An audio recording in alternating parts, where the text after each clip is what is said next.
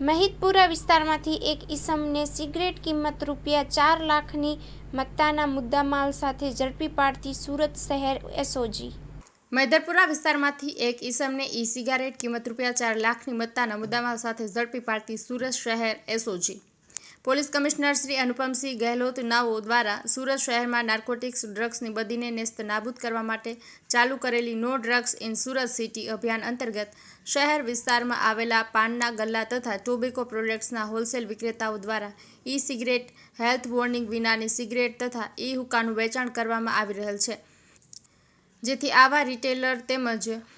wholesale વેચાણ કરતા વિક્રેતાઓ દુકાનદારોને શોધી કાઢી તેમના વિરુદ્ધ કડકમાં કડક કાર્યવાહી કરવા પોલીસ કમિશનર શ્રી નાઓએ સૂચનાઓ આપી હતી અને તેને અનુસાર સંયુક્ત પોલીસ કમિશનર શ્રી રાઘવેન્દ્ર વત્સ ક્રાઇમ,